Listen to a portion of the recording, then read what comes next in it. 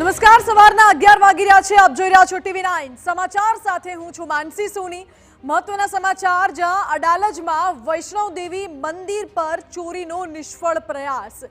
અમદાવાદના અડાલજ વિસ્તારમાં વૈષ્ણોદેવી મંદિરમાં ચોરો ચોરી કરવા માટે આવ્યા હતા, પરંતુ સિક્યોરિટી ગાર્ડની સતર્કતાના કારણે ચોરો ભાગી ગયા. ચોરી કરવા આવેલા બે શખ્સો સીસીટીવી કેમેરામાં કેદ થયા છે. પોલીસે હાલ તો તપાસ હાથ ધરી છે. મહત્વનું છે કે સિક્યોરિટી ગાર્ડની સતર્કતાના પગલે ચોરો ભાગી ગયા. પોલીસને આ ઘટનાની જાણ કરવામાં આવી, ત્યારબાદ પોલીસે આગળની તપાસ હાથ ધરી છે.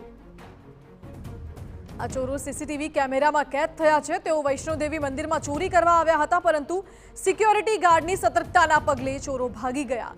દ્રશ્યોમાં જોઈ શકાય છે કેવી રીતે બે ચોર ત્યાં મંદિરમાં ઘૂસીને ચોરીનો પ્રયાસ કરતા હતા, પરંતુ સિક્યોરિટી ગાર્ડ લાકડી લઈને તેમના પાછળ ભાગ્યો, મારવાનો પ્રયાસ કર્યો, એટલે બંને ચોર ત્યાં જીવ બચાવીને ભાગ્યા.